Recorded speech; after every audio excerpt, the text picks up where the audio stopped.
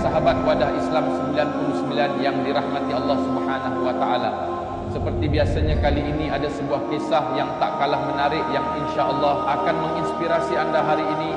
Berikut kisahnya, selamat mengikuti. Diriwayatkan dari Mu'adz bin Jabal dan Ibnu Abbas ketika kami sedang bersama Rasulullah sallallahu alaihi wasallam di kediaman seorang sahabat Ansyar di Madinah.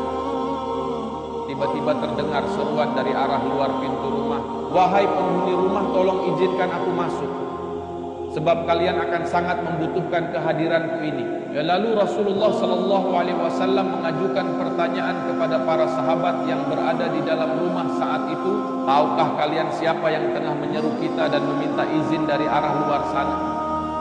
Para sahabat menjawab, "Allah dan Rasulnya yang lebih mengetahui." Beliau melanjutkan, "Suara itu adalah iblis laknat Allah Subhanahu wa taala atas dirinya."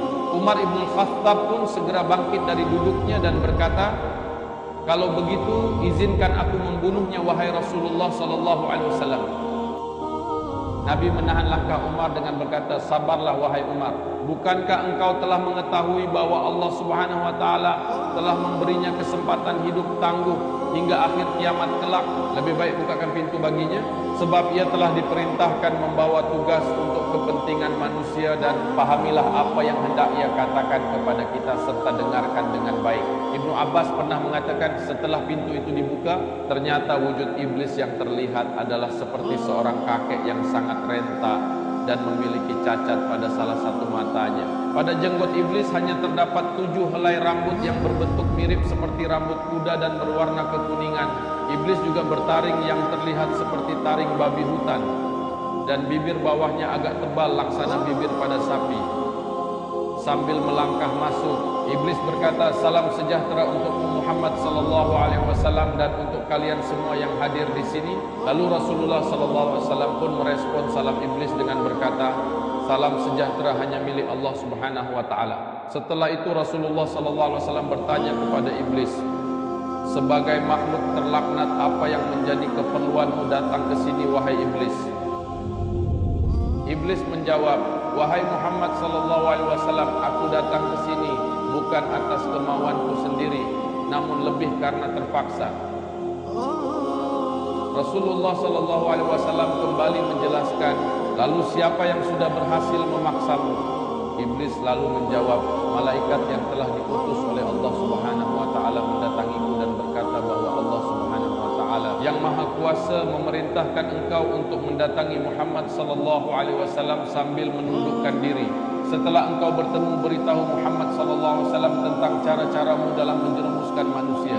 Jawablah dengan jujur semua pertanyaan yang Muhammad sallallahu alaihi wasallam ajukan kepadamu.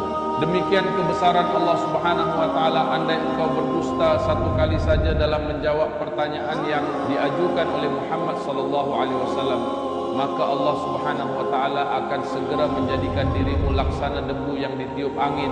Oleh karena itu aku sekarang mendatangimu wahai Muhammad sallallahu alaihi wasallam, dan karenanya pula tanyakanlah apa yang hendak engkau tanyakan kepadaku, pasti aku akan menjawab seluruh pertanyaan yang engkau ajukan dengan sejujur-jujurnya.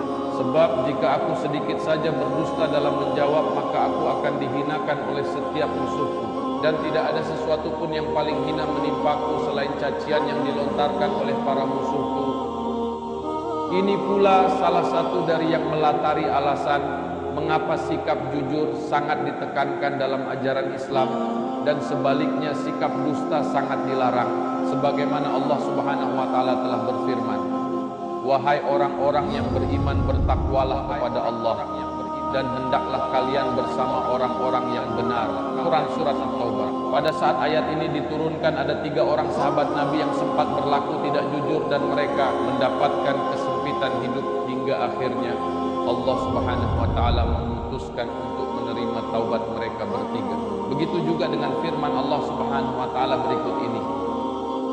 Perhatikanlah betapakah mereka mengada-adakan dusta terhadap Allah, dan cukuplah perbuatan itu menjadi dosa yang nyata bagi mereka. Quran surat An-Nisa. Penjelasan ayat ini sangat bertalian dengan tipu daya iblis yang membisikkan kepada setiap manusia yang beriman agar mereka menganggap bahwa diri mereka telah suci, sebagaimana yang telah iblis lakukan terhadap pengikut Yahudi dan Nasrani.